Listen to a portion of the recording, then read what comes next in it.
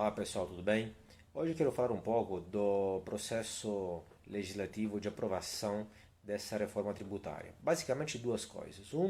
Por que e como acontece um processo tão irracional, ilógico e tão político, afinal, e quanto isso é surreal. Então, primeiro, os manuais de ciência política, de análise de políticas públicas, ou até livros de tomada de decisão, etc., idealizam e falam que o processo de tomada de decisão e o processo legislativo, de forma específica, é um processo linear, racional, que passa por etapas bem definidas, uma sucessiva à outra. Na primeira etapa há uma consideração de várias propostas, se escolhe a melhor proposta, depois há uma discussão, se escutam os especialistas da área, aí se passa para aprovação, aí para a implementação, depois há um feedback e eventualmente uma revisão do projeto, etc. Na realidade, o que nós notamos e estamos notando é que isso não existe, está longe de acontecer. Então, na verdade, eu, no meu livro, aqui, A Ciência da Política, explico como o processo legislativo funciona de fato e não no mundo ideal dos sonhos de alguns defensores do Leviatã.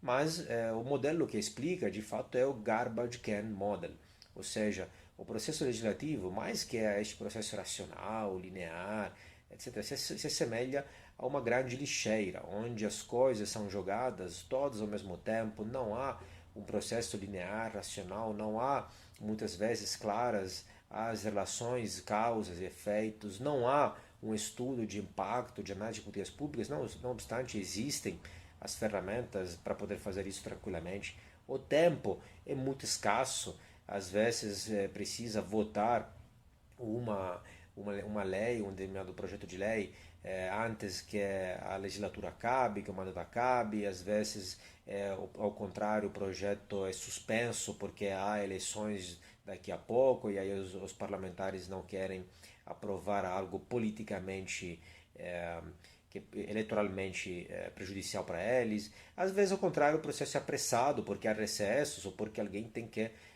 assistir um espetáculo de um cantor no exterior, etc. Então, fato é que o processo legislativo acontece dessa forma.